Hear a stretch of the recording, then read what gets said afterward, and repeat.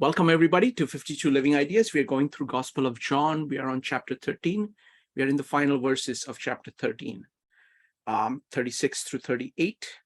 And then we are going to go on to chapter 14, 15, 16, and 17. Chapter 17 has become quickly my second favorite chapter in John. That's the best place to understand the core of the message of John.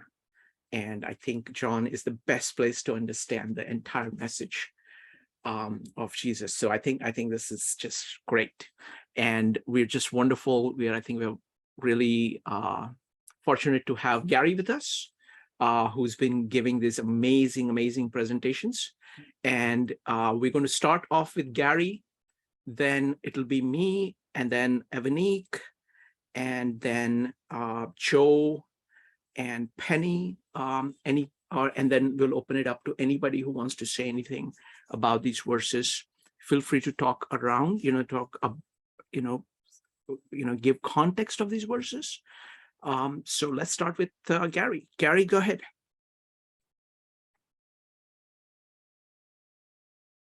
Let's see, where is Gary? Okay. Gary, you're on mute though.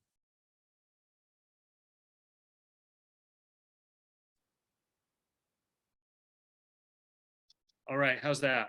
That's good. All right. And then can you see the screen? Yes.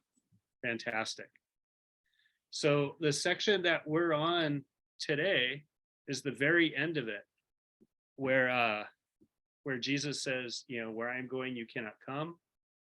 And then Peter responds and says, I would lay my life down for you. And then Jesus responds and says, would you really do that? And predicts Peter's denial. And so we usually, commentators talk about that. And so I thought I would take this to a slightly different angle. And I realized that in the narrative, before we even get to Peter's denial, he actually did surrender his life for Jesus. And so we're going to actually talk about that just briefly.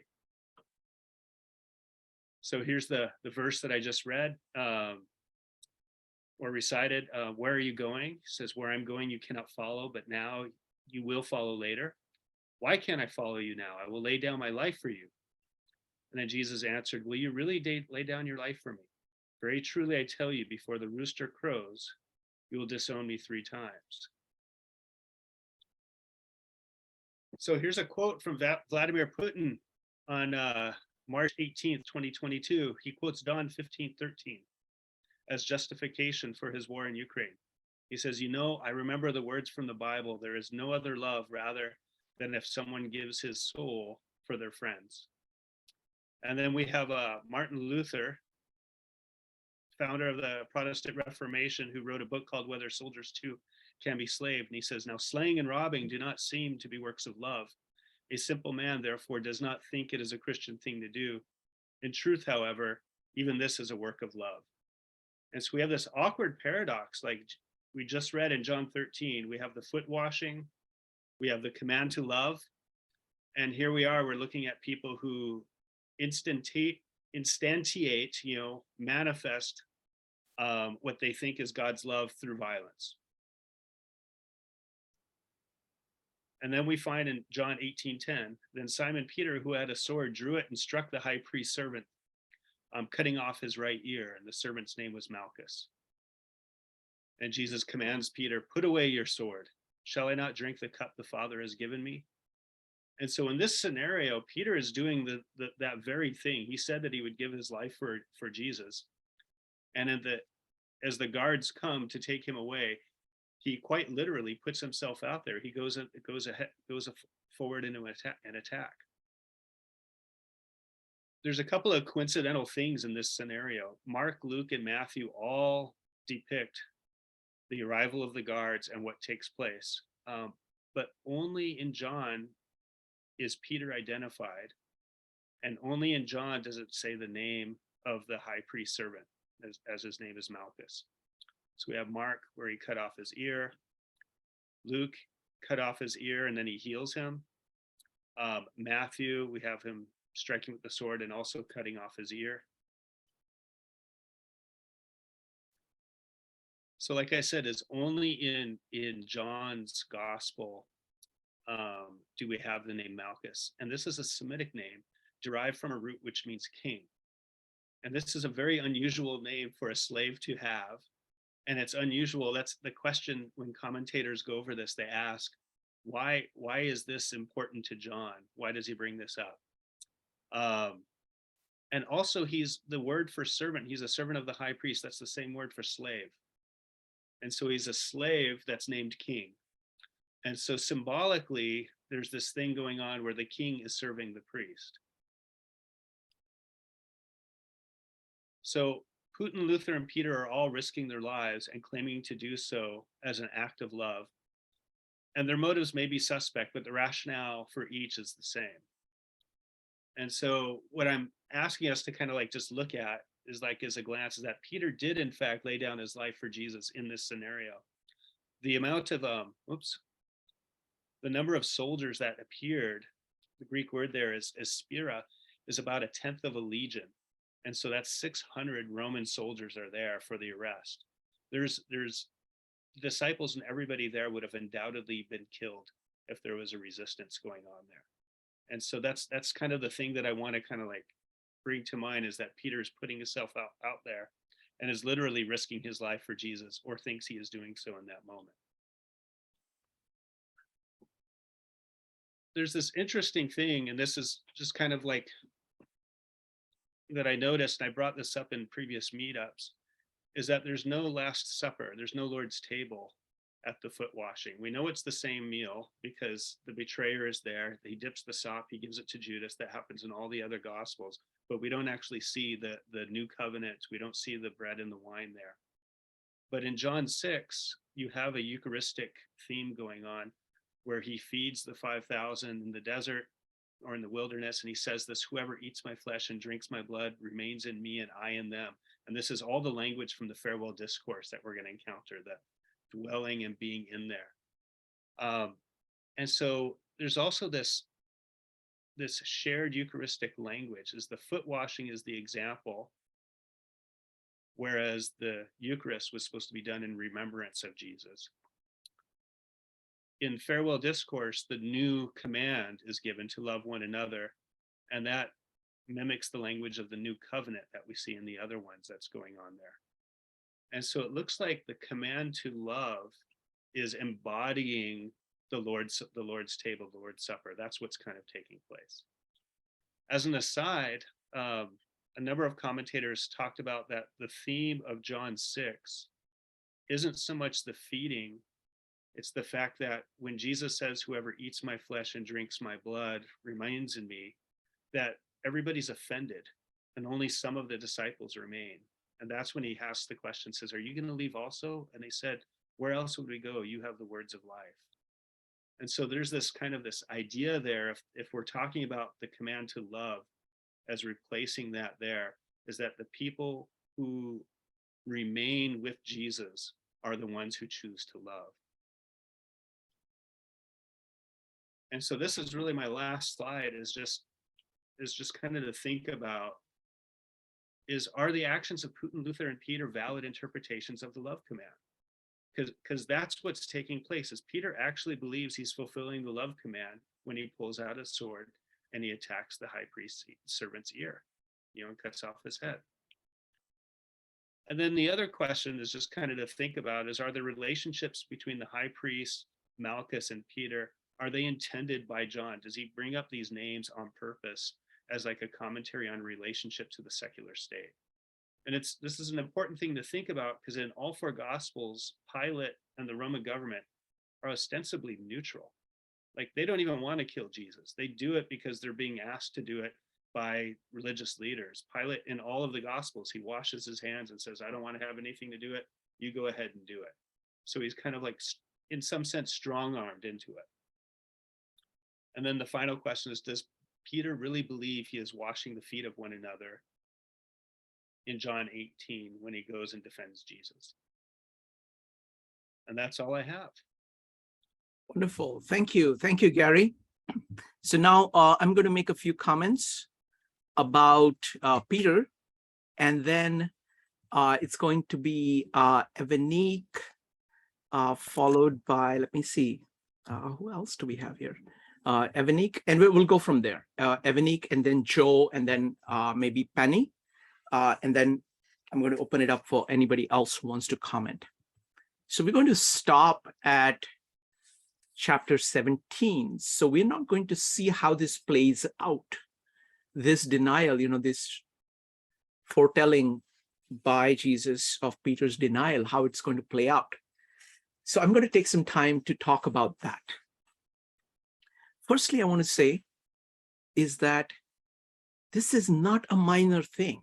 This may be just 3 lines. This is not a minor thing. Peter is the rock. Peter, Cephas, is the rock on which church is built. And church is nothing but community. What I want to show you is 3 different fires. Fire is a symbol of the gathering of people. We've just had Thanksgiving. Now we have ovens in the kitchen separately, but in the past it would be the hearth around which a community is formed. So this is the first community here, this dinner. And these people who are gathered here are the community, and they are held together by this love of Jesus. They are held together by love. That is the community. So this is community number 1. There is a second community where there is a fire outside the chief priest's house, where everybody has gathered for warmth. By the way, fire gives warmth. Fire is the symbol of Holy Spirit that flows within the community. So that's the second community. And then there is a third community that I'll talk about. So in this first community, Peter, who is supposed to be the rock on which the community of the future that Jesus is trying to build, he is speaking. Now it's clear that he loves Jesus. He's the one who, Jesus has been talking about this new commandment to him, but the only thing he remembers, his mind goes to, is that you're going away? Where are you going? I don't want you to go away. Why are you going away? That's the only thing that his mind focuses on. So he clearly, ardently loves Jesus. He's the one who draws the sword to fight. So that is point number 1. So that is community number 1. Give me just a second here. Okay. Where is it? Give me a second. Okay, that's fine. I'll do without my notes. So that is community number 1. And what Jesus is doing by giving the love command is that he's forming a new community. And Peter is the number 1 of all the apostles. They are not all equal. He is the leader. He's the one who runs into Jesus's grave first. It's an act of a high priest doing that, of having access to that. He is named Jesus, the rock.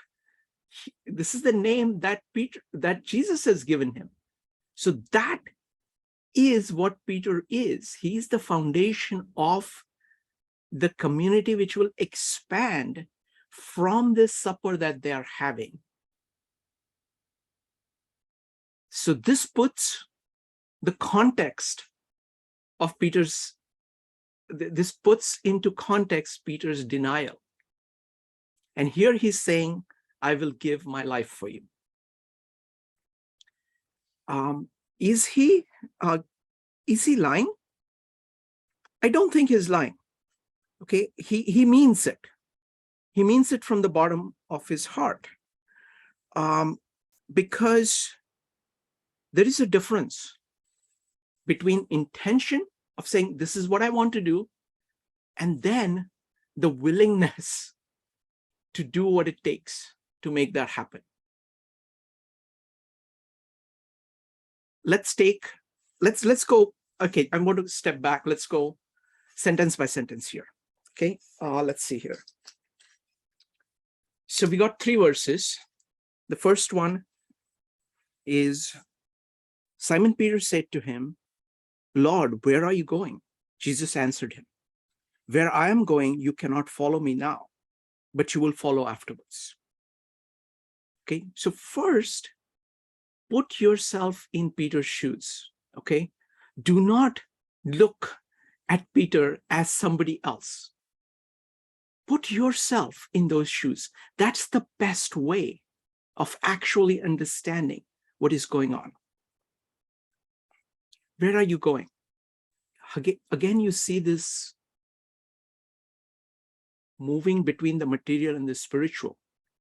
When Peter is thinking, where is he going? Are you going to Rome? Are you going to Greece? Where are you going?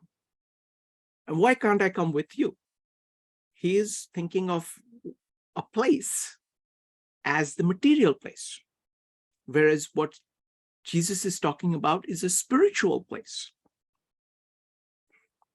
So why can he not follow now? Number one, he's not ready. Second, his time has not come. Third, he has work to do. Fourth, he's not ready for the cross, because that's what it takes to go there. And most importantly, Jesus has not shown him the way. Jesus has just started talking about it, but he has not shown him the way yet. And that's what Jesus is about to do.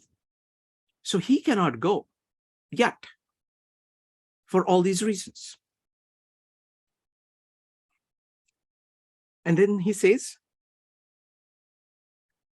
but you will follow afterwards. He will surely follow afterwards, because Jesus is not going to lose him. Okay, he may run away from Jesus, but Jesus is not going to lose him. Okay, and that we will see in the third fire. So Peter said to him, Lord, why can I not follow you now? I will lay down my life for you. Again, why I can't follow? That's material. Saying, where are you going? I can come with you. I can walk.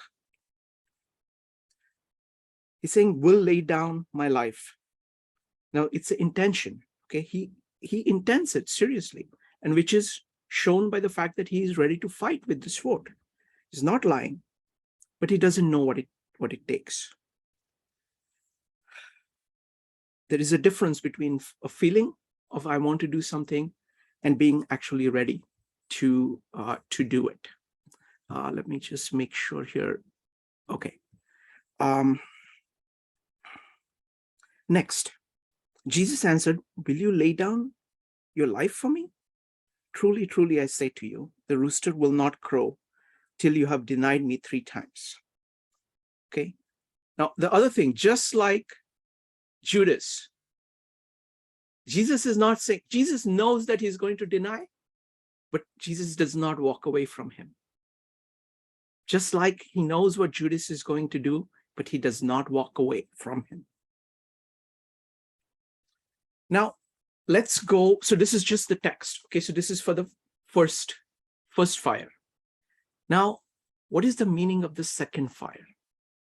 Okay, again, the beauty of this, we were looking at Orbach yesterday, and what I was commenting is that everything in this work in Gospel of John has both kind of material and spiritual aspect. So the fire that everybody has gathered around outside of the chief priest's house is not just a fire. It's a community of a certain kind. It's people held by certain beliefs, certain values. And he joins it for warmth.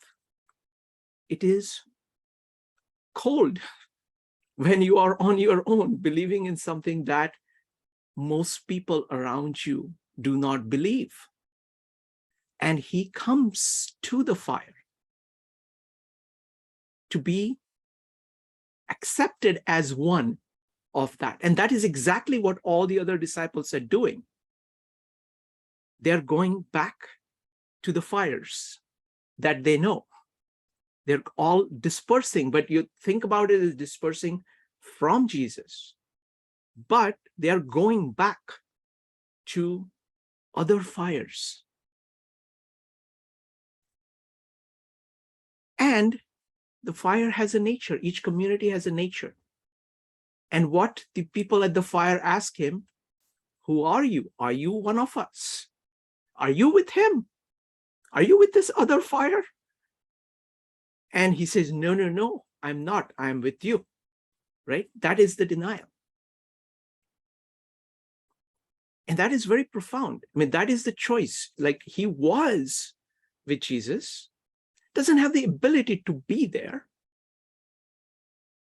So he's come back to that.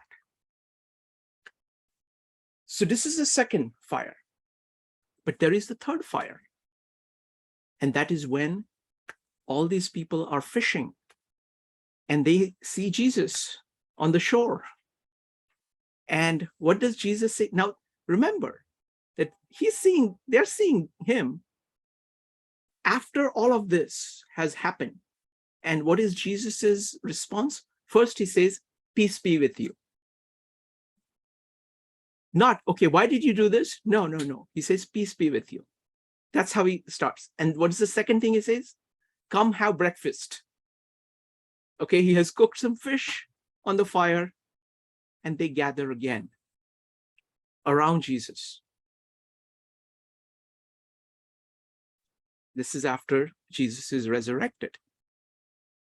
So he is opening his arms to Peter and to everybody else, but now just focus on Peter. He's opening his arms to Peter, welcoming him back to the fire.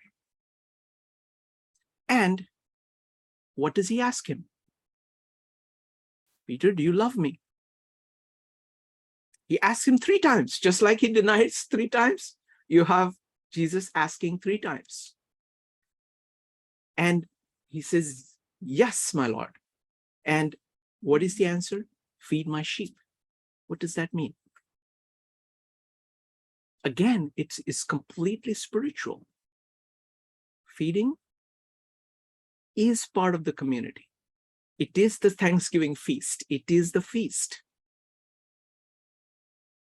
It is the bread of life that you're feeding. It is the creation of the community. All of it is one. So what you see here is first fire, first community. It's just getting started. Jesus has just begun to speak. Washing, and speak, again, I use metaphorically because he speaks by washing the feet first. But the message is not fully there. The ultimate of the message is the cross of saying, I will do whatever it takes in order to pursue the truth, pursue the good. Peter is not there yet, though he wants to be there. Then he's afraid of everything that he's going to lose. He's afraid of the cross. That's why he denies Jesus. And he would surely have faced the cross at that point. He's not ready. And then, fully understanding this, Jesus invites him back to the fire, to the community. And Peter does build the church. He is the rock of the church. And then he is crucified. And he does follow Jesus by being crucified and achieving the eternal life. So that is the full story. Thank you. Next up is Evanique. Yeah. So one thing that I wanted to add is when I was listening to Gary and he was talking about love as violence. And I always come back to this question, like, one, what is love? And two, what does it mean to love? And I say that because I think when Peter was trying to fight for Jesus and he struck Malachi's ear, right? He took it off, and then Jesus comes back and heals it. I think for Peter, and like when you said, Shrikant, put yourself in Peter's shoes, I was thinking about that and I was like, he had to feel a little rejected, right? Like he was willing to go to war for Jesus. So if you think about it like that, and then Jesus is like, no, this is not the way, Peter has to feel a little bit dejected. And then, so, but he still loves Jesus. Jesus has corrected him before, and, correction is not fun, but, it's the best. So I think when it's time for Peter at the fire and he denies Jesus, I think he does it partially because he's scared, but then I'm like, no, because he was about to go to war. He was literally ready to die for Jesus. I wonder if he thought, I already fought for him once. I'm just not going to do it again because no matter what I do, it's not going to help. He's like, Jesus is determined to go to the cross. And so I guess Peter, partially fear, partially anger, and partially kind of like, the simple fact that he's kind of just given up, he probably just says, why would I suffer that death? And so then he just goes and denies him. And I don't even think Peter reads it that deep, but I think that's just the feelings that go to it. I think that's one thing.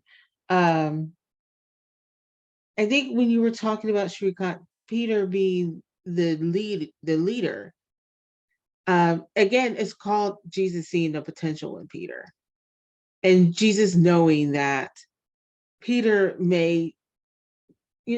Peter is very zealous. So in his zeal, sometimes he just goes a little off.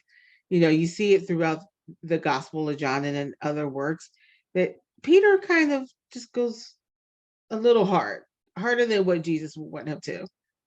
And I think part of it is because he wants to look good in front of Jesus, but I think part of it too is that he wants to be good. And I think with Peter being the leader, like you would look at Peter and be like, Jesus chose that guy? Like, why is he choosing that guy? But he chooses Peter because he knows Peter's love for him. And I think also too, Peter's fight is, he knows that he'll fight for his community. And, it takes time, it takes training, but eventually Peter gets there. And so I was thinking of that. And then I was thinking of love as violence. As you can see, Jesus wasn't above using violence, but I think he was above using violence on people. Because when he flips the table in the temple in earlier scriptures, I think he's all about, having zeal for his father's house, but yet he won't physically hurt anybody. And I always wondered why, because God was so willing in the Old Testament to, bring punishment and pain upon people that disobeyed him. And then I thought about it, and I think, and I know this is going to sound weird, so I hesitate to say it, but I'm just going to say it. I think God sees that punishment doesn't work. I think God grows, and that's Jesus, right? And I think God grows in the simple fact that he realized punishment really doesn't work for Jewish people. They're still going to sin. They're still going to do what they're going to do. I think Jesus takes a different approach in that he's going to love people. But loving people, what does that mean? And I was thinking of Gary's title, Love as Violence, right? The violence doesn't have to be physical. The violence it hurts you. Like I said, going back to Peter, when Jesus corrected Peter, it hurt Peter. It really did. I think Peter would have rather been slapped than to be corrected by Jesus.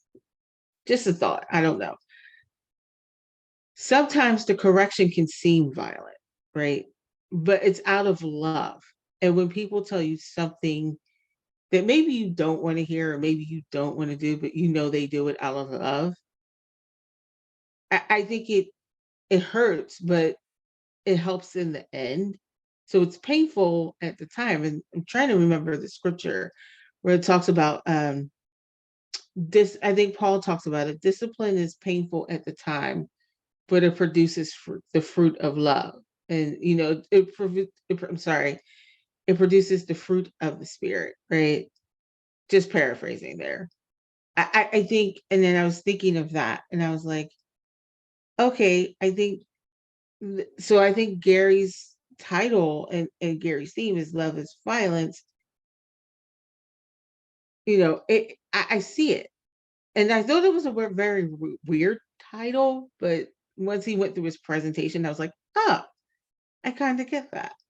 So that's all I have. I hope it made sense. Thank you, Evanique. Next up is going to be Joe, followed by Penny. Folks, after that, anybody who wants to comment on these are welcome to do that. And then we can all comment on everything everybody else has said. All right, so next up is Joe. So I think losing your notes must be contagious, because I'm looking all over for mine. So anyway, but this is when I think of Peter in general, I often think of the sin of pride. That's the one that comes to mind. Lord, you will not wash my feet. I know better than you, Lord. Lord, I will never deny you. I know better than you, Lord. And I immediately, and I've been thinking about this, had thought about the Bhagavad Gita as well with this.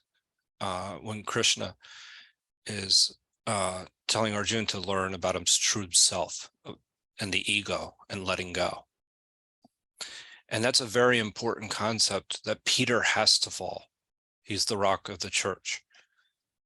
He's going to be the foundation from which the church is.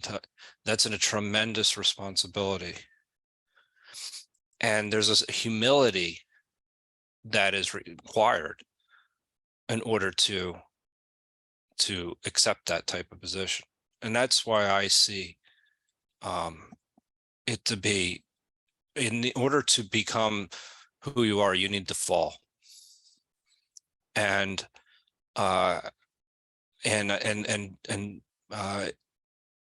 basically, there's also an understanding of your own weaknesses in that process. And once you understand your own weaknesses, and this is a very important concept for us overall, I mean, just to know our own weaknesses, not only for humility purposes, but even survival purposes. But once you know your own weaknesses and you know that you can fall, you can show the compassion that you need to show towards the rest of the world. And Aquinas does touch on this, and there's nothing that could be more true. Think about it: somebody that's so ardent and so, I'm with you, Lord, more than anybody. It shows us that we can all fall, but that we can also get back up. It's also been repeatedly, in chapter 13, the thing that I find to be so, I guess the right word would be humbling, is that none of the apostles just aren't ready yet. These are the ones that are closest to the light. They're closest to Christ. and they're still learning. And that's very powerful, because I feel like the Gospel of John overall is an invitation to continually learn. That's one of the beauties of the Gospels of John. It's kind of like it leaves it open to obtain knowledge. And this is again resonated with me when with chapter 2 of the Bhagavad Gita, the search for knowledge of self. And you can see some direct parallels there. I'm looking at the Aquinas thing. I wish I had. I did. I actually had decent notes on this. I'll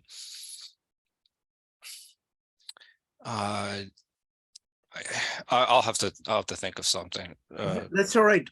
Joe, we'll go with Penny and Katie. If you would like to add something, you're welcome. I'm gonna add something. Yeah, thanks. Sounds good. Next up is Penny, followed by Katie. Penny, go ahead. Oh, just a second. I have to unmute everybody. Go ahead, Penny. Okay. One of the things that I thought interesting was I just looked at John and then I compared it, to the other Gospels, and they all do, of course, have a story which is similar about Peter saying that he would die for Jesus. And the other ones, they did give a reference to the Old Testament, to Zechariah's prophecy, and Jesus said that he was fulfilling this prophecy, and what he said is in Mark, "You will all fall away," Jesus told them, "for it is written," and this is from Zechariah, "I will strike the shepherd, and the sheep will be scattered. But after I have risen, I will go ahead of you into Galilee." Peter declared, "Even if all fall away, I will not." "I tell you the truth," Jesus answered, "today, yes, tonight, before the rooster crows thrice, you will disown me 3 times. But Peter insisted emphatically, "Even if I have to die with you, I will never disown you." And all the others said the same. And then the other Gospels, they always, Peter is the first one who talks, but everybody else says, "Yeah, me too, so I guess he was the leader, but they all felt like they would do the same, and would be willing to die for him. And to me, it just seemed also, it's pretty easy to think what you might do. I mean, this is a situation, they really loved Jesus. All the disciples did, Peter especially. So, they were totally willing, at that point, as they're sitting there talking to him, to say that, they're going to die for him. They're going to go to prison, wherever he goes. But then when they're actually faced with the reality of the situation, and he has been taken away, and, they're there on their own, facing the hostile world, and a situation which is very, I would say, uncertain, because maybe if Peter said, "Yes, I'm one of his, disciples," then he thinks maybe they'll take him away too. And I don't think he really wanted to be taken away. I mean, he was willing to fight for Jesus, but when Jesus was someplace else, he was not willing to have them start dragging him away, who knows where, without Jesus. But I just think it's indicative of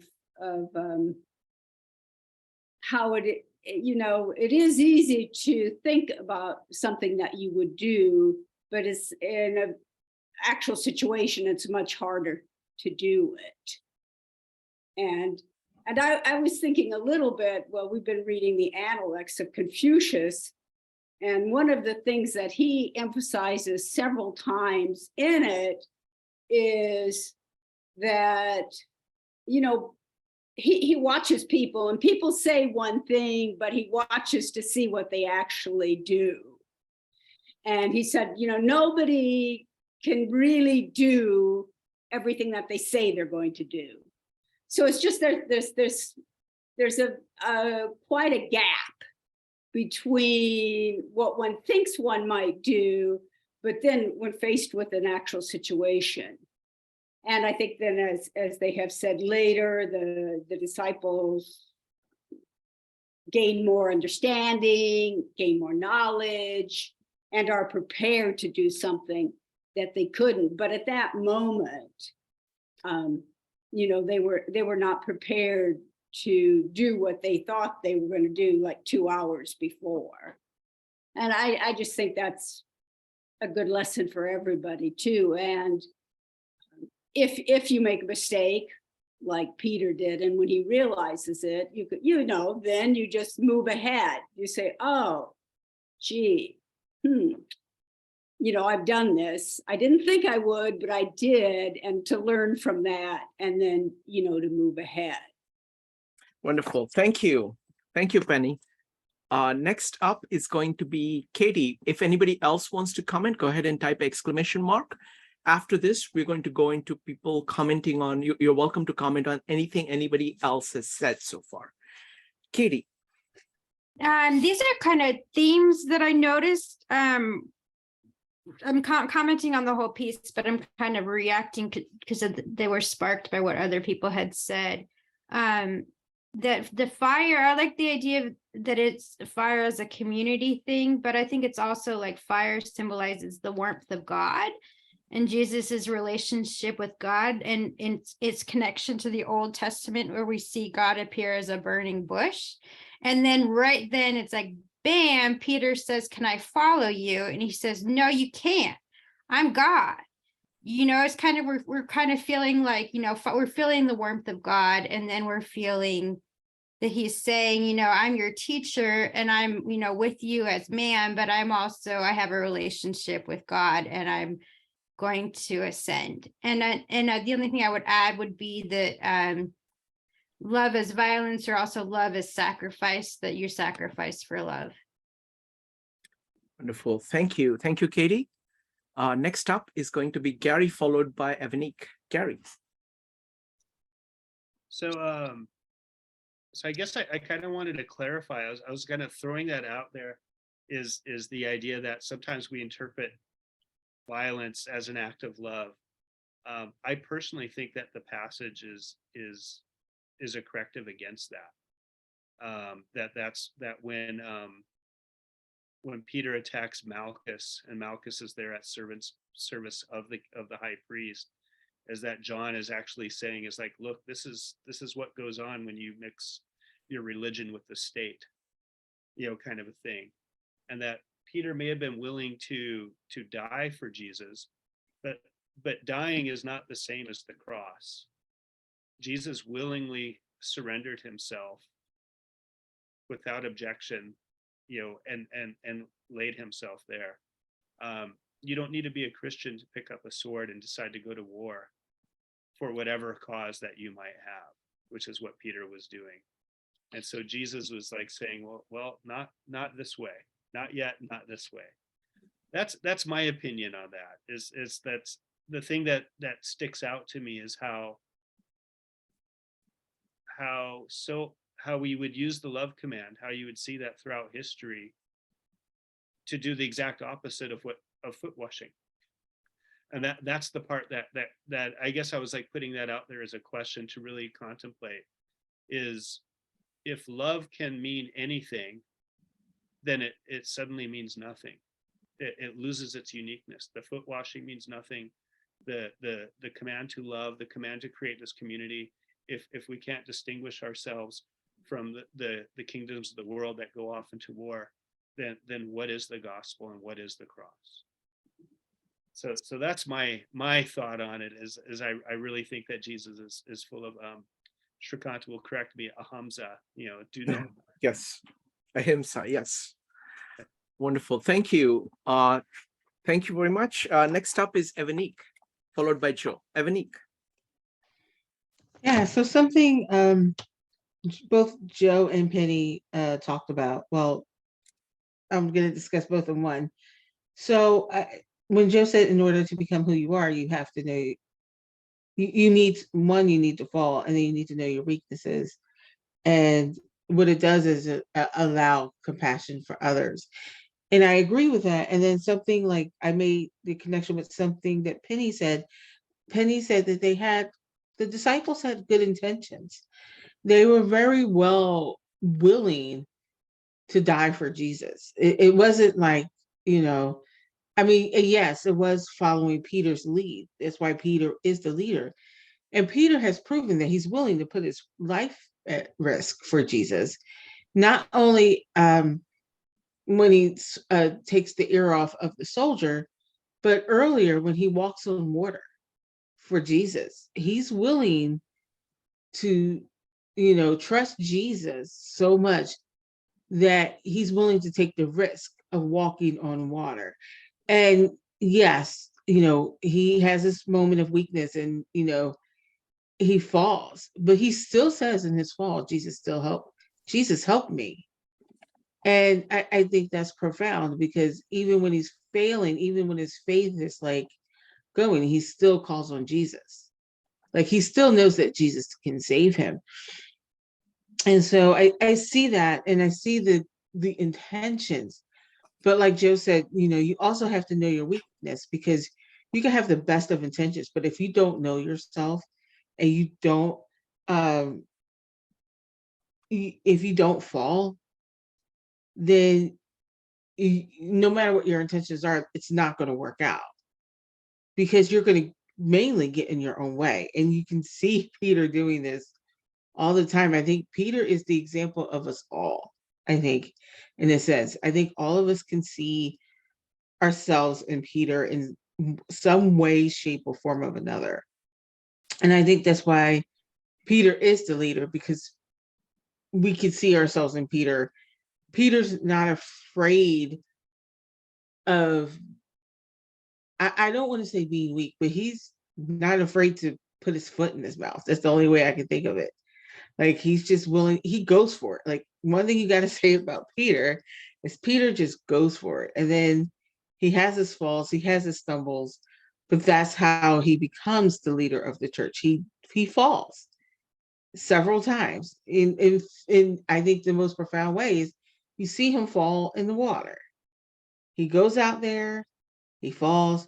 But one thing that was pointed out to me by a religious leader is that people always talk about Peter falls, but they don't talk about the other disciples that were just watching them. That none of the other disciples attempted it. And then I think that's the beauty of Peter, is that he goes for it, he falls, he learns, he gets back up, he falls in a different way, and he learns, and he gets back up. I think that's the beauty of Peter. Wonderful. Thank you. Thank you, Evanique. Next up is Joe. Yeah, I think actually, Gary's actually asking us a profound question. How do we distinguish love? How can it make, if it means everything, and it can mean if it can mean anything, then it can mean nothing. And essentially, that's a very difficult kind of question to really kind of ponder. And I'm trying to think this through, is that the way in the Christian sense, that this is where God's word really kind of comes in to meaning, like that following God's word, that's you're getting close, you're becoming closer to Christ, becoming closer to the light. Therefore, that's the love that you ought to be seeking.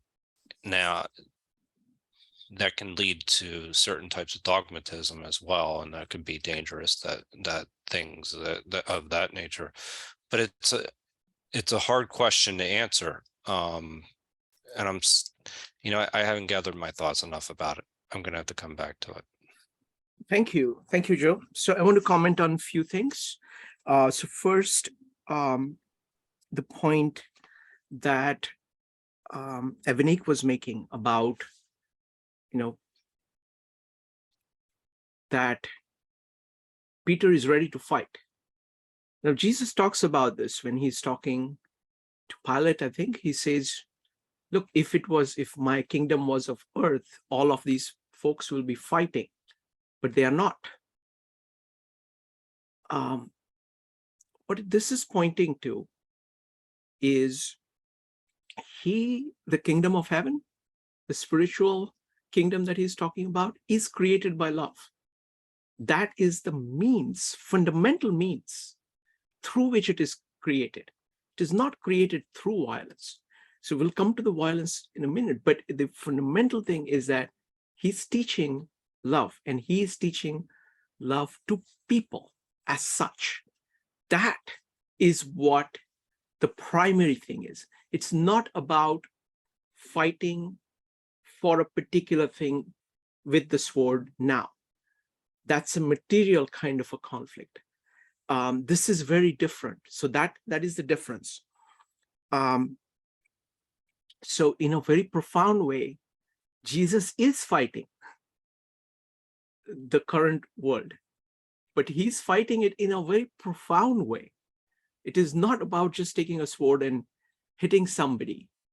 It is transforming their heart so that they are a different person, and the way they relate is different. It's a level, it's a much deeper way of fighting. Second point that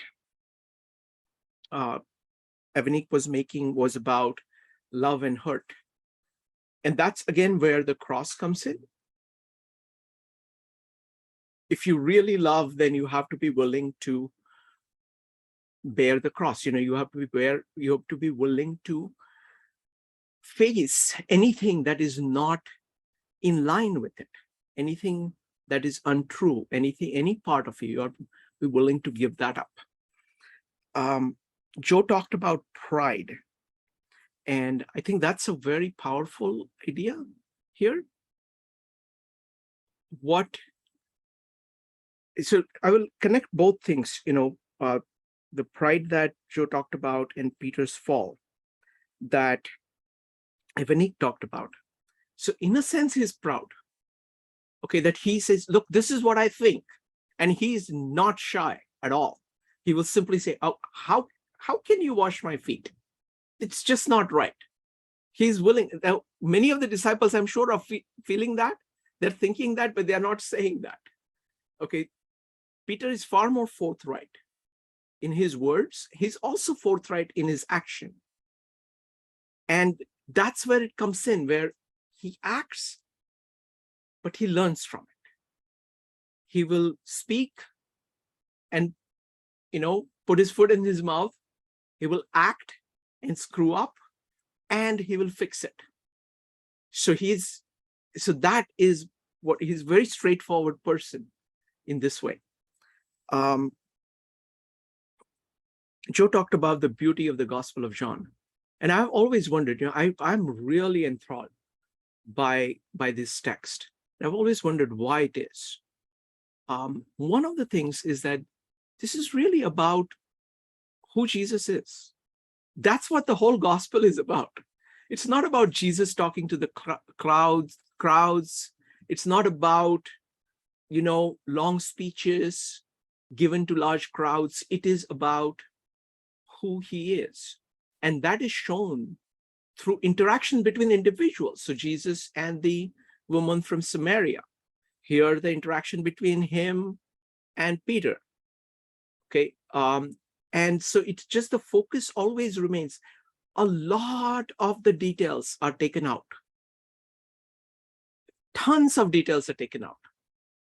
And only the essential thing that is needed to show you who he is all that remains. And it starts with, in the beginning was the word. And then everything is about that. And all other things are taken away. Next one is Penny's comment about all the disciples scattering. There is one disciple who remains with him, and that's John. John is the one who goes with him into the house of the chief priest. John is the one who is there at the foot of the cross. John is the one who is there, when he says, "This is your mother," he, starts to regard Jesus's mother as his own mother. So John is there throughout. Again, connecting with this, I will connect it, like I was asking about this Gospel of John to this theologian I ran into. And he says, oh, John was resting on Jesus's heart. So he knows Jesus's heart. And that's what he's trying to tell us, that his own experience, he's trying to say who this person is. Now, the quote from Putin is the worst use of religion that has gone on, which is how like a lot of religion has been used. It is use of words to achieve something exactly opposite of the words. Friend, there is no friend concept meaning in that sentence that he uses. Almost every word there actually means exactly opposite of what, and certainly the meaning is exactly opposite of what the meaning is. And that is the way in which bad people use the words in order to get other people to do what they want to do, regardless of anything else. So this is a classic example of religion at its worst being used in order to destroy. There is no love here. And that can be seen by the effect of this person on people near him and people in his country and the people outside the country. So it's exactly opposite. And words are like that. Words are forms. When the function of it is lost, those forms can be used to make different things like prisons, like corrosive things, all kinds of things. And that's the nature of words, that when they're separated from its meaning, from its true meaning, they can be used to cause a lot of destruction. So those are the points I had. Next up is going to be Dave, followed by Joe. Dave. Thank you very much, Khan, and enjoy the lecture, Gary.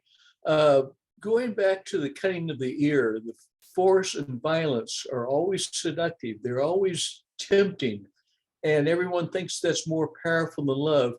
But the thing I would like to talk about a little bit is the entrance of Jesus into Jerusalem at the beginning of Holy Week. He was riding on a donkey, a borrowed donkey at that. And the thing is, the people were expecting a general on a white stallion, because remember, Israel, Judea, Jerusalem were occupied territory. The Romans are occupied, and the Jews wanted them out of there.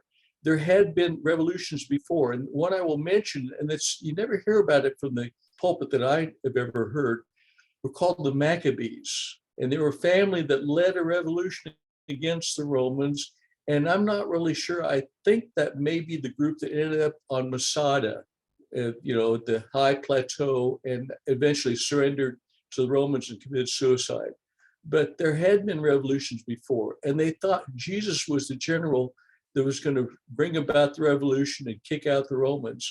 And I don't think in the text you never see that the people were disappointed, but they were there with their palm branches expecting a new ruler, the King of the Jews. And that's why the walking or coming in, riding the donkey is so significant, and very few people ever see that. Thank you. Wonderful. Great point, Dave. Next up is Joe. Actually, it's interesting that you use the example of Putin and how that's the exact opposite of what was actually intended, because it's also speaks to the power of words, which is very important. Obviously, in the beginning was the Word, like God's Word, and God's words were truth. But truth could be perverted, and they could be fallen away, and you could fall away, and that's what Putin's example of that, and how they can be distorted.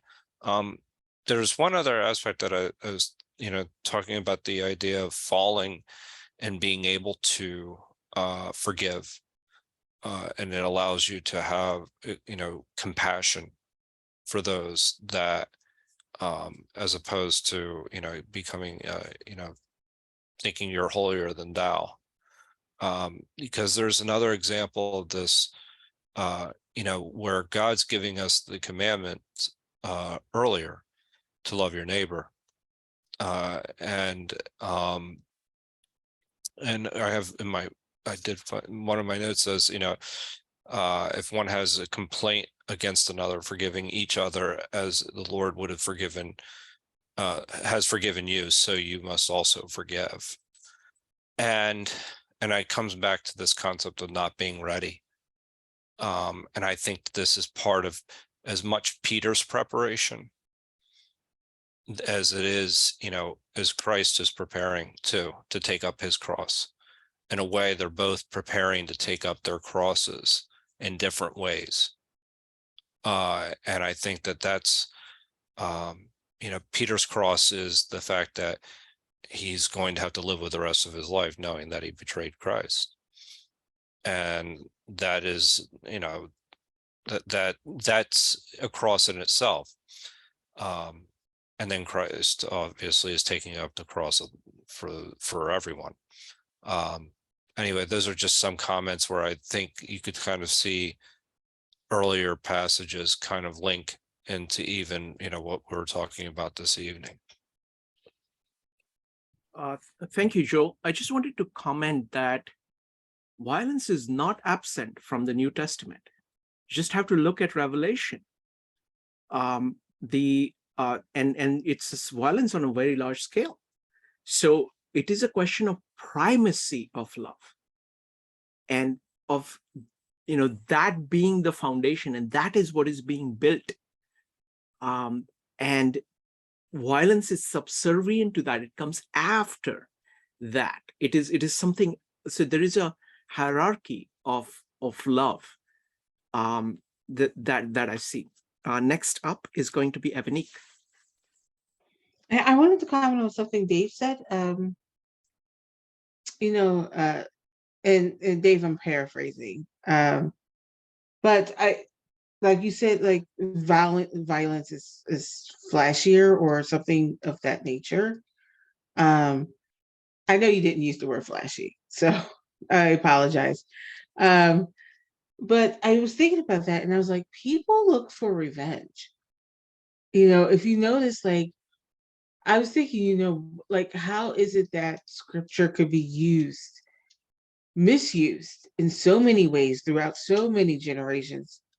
Look at the Spanish Inquisition, look at, holy wars, look at, even, the pilgrims coming over to America, mission, people going on missions, and I was thinking, and I was like, yeah, people like violence and they like to feel right about it. And if you can find the scripture that makes people feel right about it, like, I have a right to take over this thing, I have a God-given right, people will go for it. And I think that's how it happens. But I think also people don't go deep enough to know. They don't study it. They don't study the Bible enough to know, this isn't the way it was supposed to be. They don't look at Jesus's life and see the path they're supposed to go. And I agree with what you just said, Shrikant, about Revelations being absolutely violent. And yeah, it is. And again, I look at that, and and in one sense, I see what you're saying in that, the violence is, the love comes first, and then it's like the violence comes in. But then I also look at Revelations and I see, Jewish, people who follow Christ being finally redeemed. But even that just seems a little bit like revenge. Like, everyone else burns in hell, that kind of thing. There is no, there's like that one final forgiveness that you get. So people feel better about themselves, saying that that's right because, they got their chance to be redeemed and they chose not to. But I still see that like element of revenge. And I always like looked at Revelations where they talk about what happens to these people. And I can't help but to feel compassion for those poor people that are like suffering from boils and all of the things, because they took the mark of the beast in order to, be able to function. And I'm like, but in a sense, would I make that choice? Like, I don't even know if that choice would be that obvious. I don't know. So it's kind of like one of those things where Revelations, I kind of have a love-hate relationship with that whole book. And I think that's why I kind of like clear it out of my mind. But I have a whole love-hate relationship with that whole book because of that. And so, yeah. Wonderful. Thank you. All right. So next, what I want to do is that I want to spend the next hour talking about what we got from this chapter 13, because we're going next to chapter 14. Just to give you a heads up, chapter 14, we will do it exactly the way we have been doing this. We'll go lecture by lecture of Aquinas, and whatever the verses are for lecture, we will study. So if you want to really dive into the text, please read the Aquinas commentary. It is really, really profound, but you don't need to read it. So the question is, what did you get from these meetups on chapter 13? We've done a number of meetups, I think 6 or 7, something like that. I forget the count. But we went through this entire, I think it was 7. We went through the chapter at this level. I think we've never done this before. All the previous meetups that we have done on John have not been at this level. Partly the group has grown, partly, it's wonderful to have Gary. And the discussion has been amazing. So tell me, what was this? And other thing is that I think the selection also of the farewell discourse is amazing. And it starts with the washing of the feet, which is just so amazing, striking action, just like the King of Kings coming in on a donkey, King of Kings washing the feet. So I would love to hear everybody's take, especially who have been here through most of these meetups. So go ahead and type exclamation mark about if you'd like to talk. And then finally, I'm going to ask Gary about what he got, because he's been working on this chapter for some time. And I'm really curious to see what he got from these meetups. It's going to be, I would love to hear that, but I would have everybody else speak first. So I invite you to share. Next up is going to be Evanique, followed by Joe. Evanique.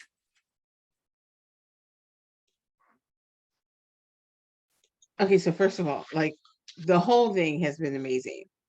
And I think Gary and you, Shrikant, have been a big part of that.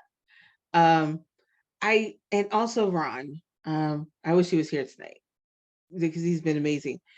And I'm looking through my notes. And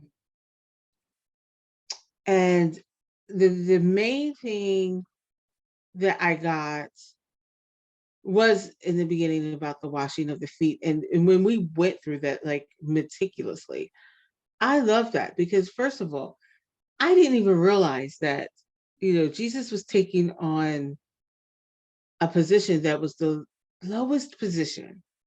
To wash somebody's feet is putting yourself at the lowest position ever. And then for him to ask his disciples to do the same. I think part of the resistance with Peter was that he didn't think that the Lord should wash his feet, but also it showed that he did not think that he should wash the feet of other people.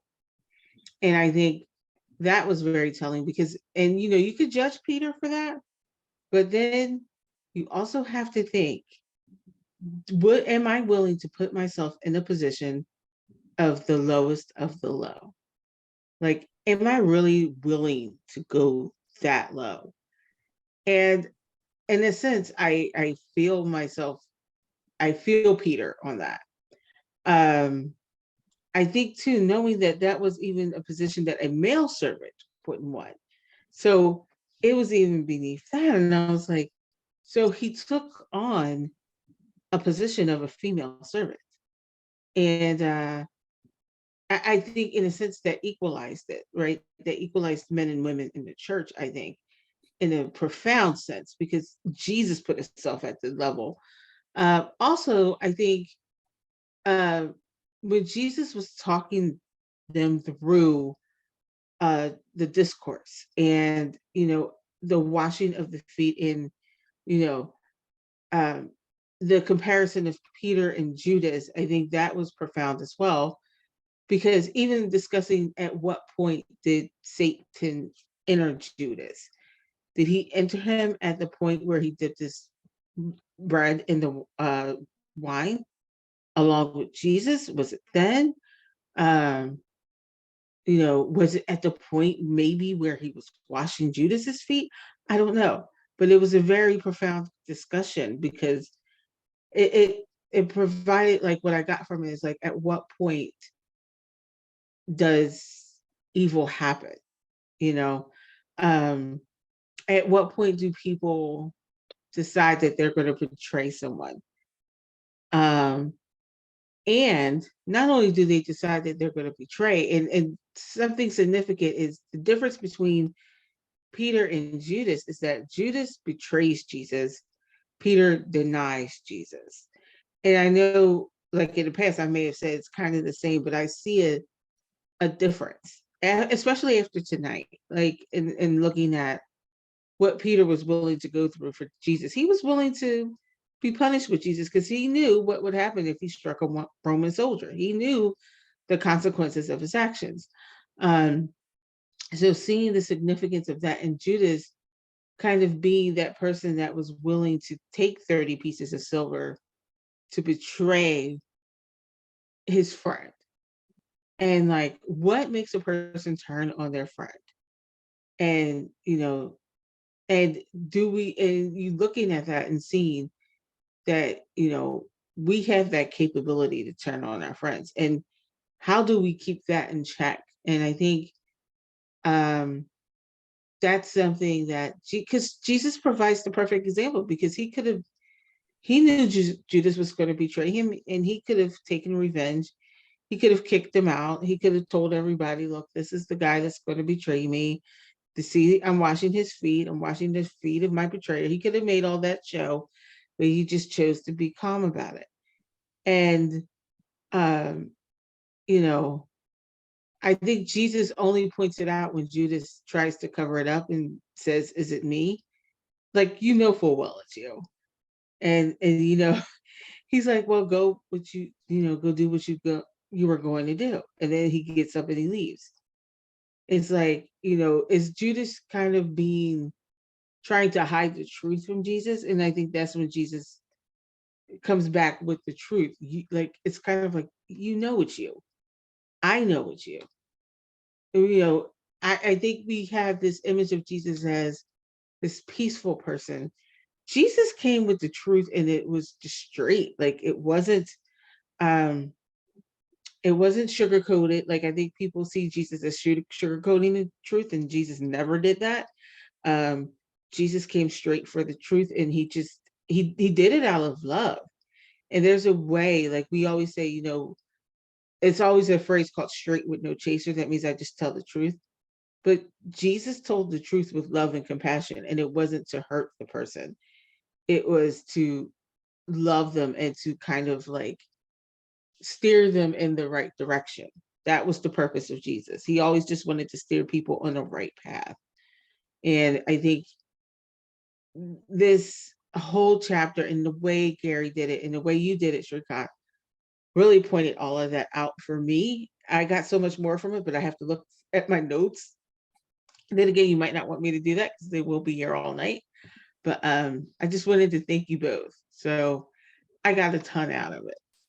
Thank you, Evanique. And I think your comments throughout were just amazing. You have a very good kind of a feeling for everything in the Bible. So you bring out many things that I had not thought of all the time. So really appreciate that. Thank you. Next up is Joe. Joe, what did you think of this chapter? I love this chapter. Ultimately that Jesus came here as a servant. And, the significance of that is, I think, it's profound. Mhm. The Son of Man has come here to serve, and he's washing the feet of his disciples. And if you just sit there and comprehend that, and it gives, and one of the presentations that really has me thinking quite a bit still is the presentation on glory that Gary gave. And I thought that was excellent in the sense that it redefined what glory really meant. I mean, that's what Christ did, essentially, by his actions. And I'm looking through, I'm trying to, gather some of my notes, but the revelation of Christ and let me just come back to my written notes that I have here. It's that, one, that there's this, that God's come here to serve, but also the position that the disciples are in the entire time. And I had mentioned it again this evening, but I really think that that Peter's pride is something that really kind of always stuck out to me during this entire sequence. And I think it's perhaps that's a profound message, because we all have we all can let our pride become, suppress our other virtues. It can get in the way of other virtues. Sorry, Joe, I'm sorry, I did not ask the question properly. This was wonderful, but can you talk about what you got from this particular discussion of chapter 13? How was it different? This particular one? Yeah, not this this entire series. We've been doing this 7 series on okay. chapter 13. What is it like? How is it different from your understanding of chapter 13 before this? What is added? I think the way we went through it before, it wasn't the in-depth takeaways that we have now. I mean, that's the one of the main differences is that just the details as far as understanding even every action that Christ has taken in this sequence, I think is kind of called out. And you kind of each and the role that Judas plays in this process, you kind of got the full effect of that as well. That Judas was somebody that the whole idea that how the devil was able to enter in his mind, and understanding in the Aquinas commentary from that perspective, that was a new revelation for me. And I guess I have a greater understanding of God's love. Like, one of the questions that I asked was that, what does it mean to know God? And during one of our sessions, and I think that this entire sequence of kind of going through it the way we did, just gave me a deeper understanding overall of what, and also a better understanding of sin as well. Wonderful. Thank you. Anyway, so sorry. Thank you, Joe. It was wonderful. Dave, what did you get from these discussions on chapter 13?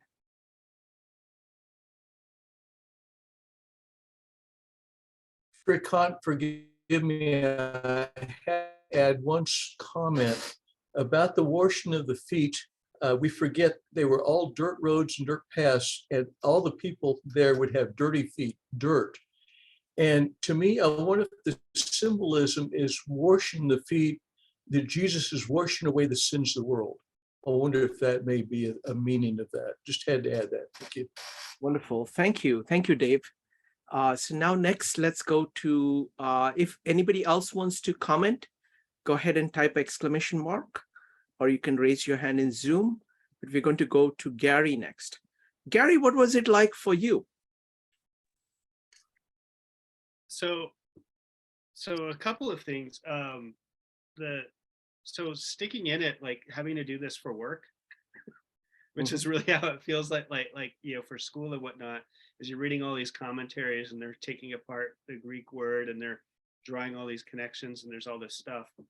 And the lectures that we did here were just very sobering, because John wasn't writing for scholars for them to anguish over and to parse the Greek verbs. He was writing an evangelical document that he wanted the entire world to read, and that at face value you could look at it and just like get something from it. And so it was for me, a lot of what was taking place is I'm going through it and there's like so many little things, is that each lecture for me was like a devotional. It was like sitting here and like laying aside, I prepare a thing, but kind of like laying aside all of that crap for a little while, pardon my French, but like laying aside and then just like spending some time, like how does this actually speak to me, not as an academic pursuit. And so there was obviously certain themes coming up. Again, we spent a lot of time, just like what Dave was talking about with the foot washing. There's so many. I think we brought this up. This is something that stuck out to me, is since the Enlightenment, we're very particular. We're trying to look at things in particulars. And in Protestant theology, I would say maybe just Christian theology in general, ever since the Enlightenment, they look to a passage and like, what does it actually mean? Like as if there's only one interpretation and it has to be correct. And so looking at it, it's like we just see like every verse was just so robust. The fact that that it's dirt roads and that they're covered in filth and Jesus washes their feet is it's the sins of the world. It's also, he's about to talk about abiding in the house, and this is what you would do in so many cultures all over the world anyways, regardless of the condition of the roads, is you kick off your shoes and you would clean yourself before you go into somebody's house. There's so many layers of meaning all the way through it. I also felt like I learned, and I should have, like, as a psychological exercise, taken like a little bit of notes, and like I learned a lot about the different people here, because by the things that stand out to you, like, what are the things that we own, ruminate on. I think Evanique frequently talks about forgiveness and how that was like something that speaks out to her. I was like going through that a lot. It's significant to me how Joe talks about Peter's pride, and different themes that are recurring for different people. Like we have these things that we latch on to, and that just kind of like just tells me how robust the whole passage is, that we bring ourselves to it, and then it speaks to us on all these different angles. So anyhow, this was great for me, because it was a time where I really spent some time just like, okay, I'm getting a lot out of it, and I'm definitely seeing things differently than I've been doing it, not as a purely academic pursuit. So thank you all. Wonderful. Thank you, Gary. I would say a few things. See, I think this is, John is writing for people.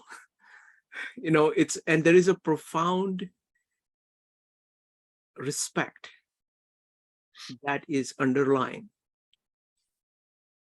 this entire writing, because ultimately, you have God the Father, you have God the Son, and God the Son is the model for people. They're saying, this is how, this is how. And John presents it without anything else, anything distracting. It just goes directly for that. And the thing I like about our group here is that each of us is trying to commune directly with that in our own way. And that is very, very powerful.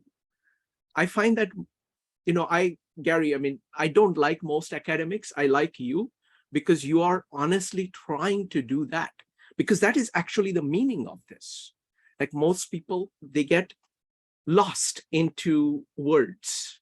They get lost into minutiae of things.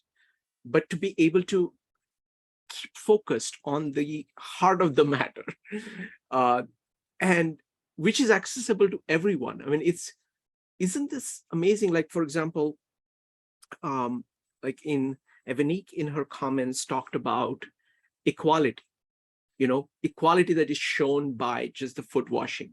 And Joe made a comment that it's like you have to comprehend what this means. It's like, there will be this one action, and you kind of have to let it sink in. You have to let it say, it's like you can't quite grasp the significance of it fully. It's a very simple thing. It's just one sentence or two sentences, and you are trying, because it actually is, it is actually a change. It's almost like a Copernican revolution. We think that, like the modern world thinks that everything important is outside. This is actually kind of bringing it inside. It is just showing you the grandeur which is within you.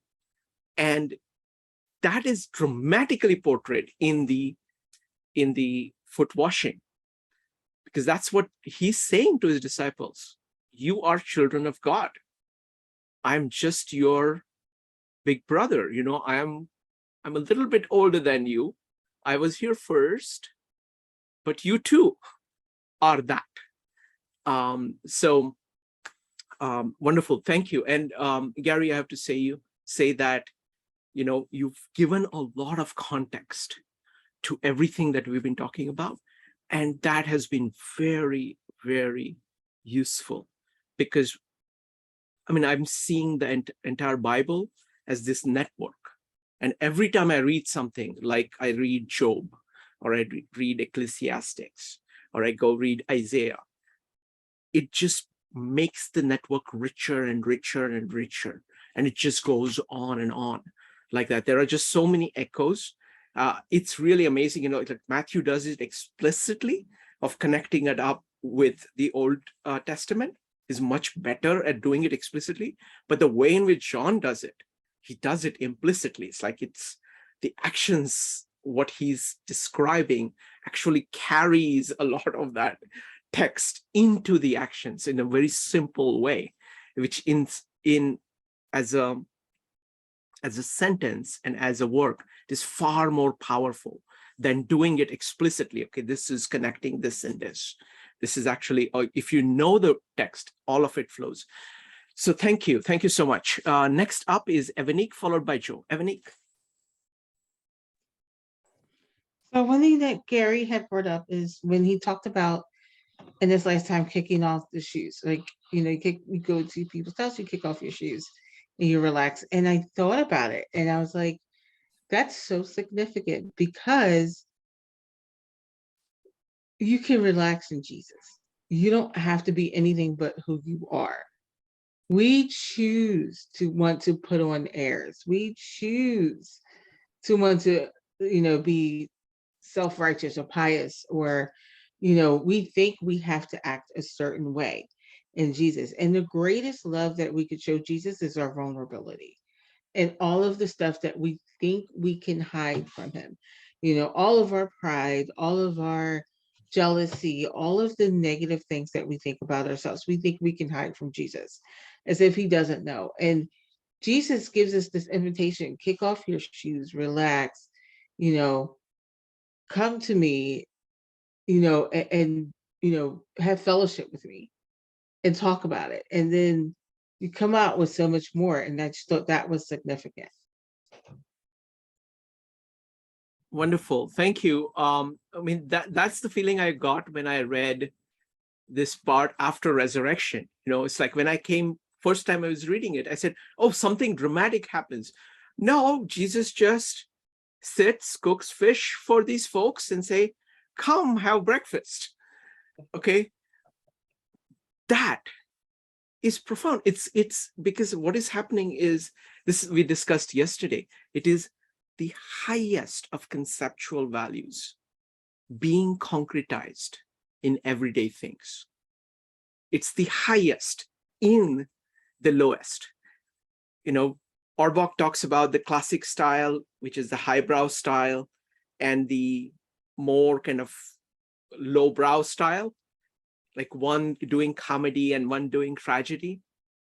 This work is both. So it has the concreteness of lowbrow, and it has the highest conception of the classic tragedy, all of it in just one thing. So wonderful. Thank you. Next up is Joe.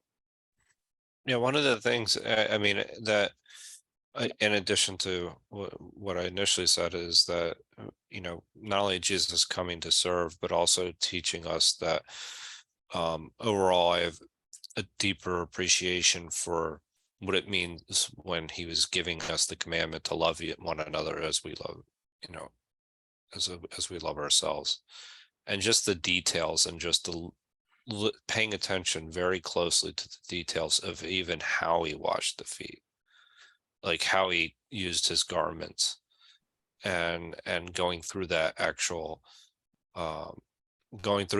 process. I think that's one of the most important parts of John 13 is that, also is the understanding that what does it really mean to love your neighbor, and how do you then act on that? And that the fact that, as we've talked about, God's washing the feet of everyone, but to go out and then do that and to live that way, and this is the light. This is what you're called to do. To me, I think that's one of the most important parts of 13, but I think actually it's the most important part for me personally. And going through this again, the way we did it this time, it gives us another level of understanding and detail.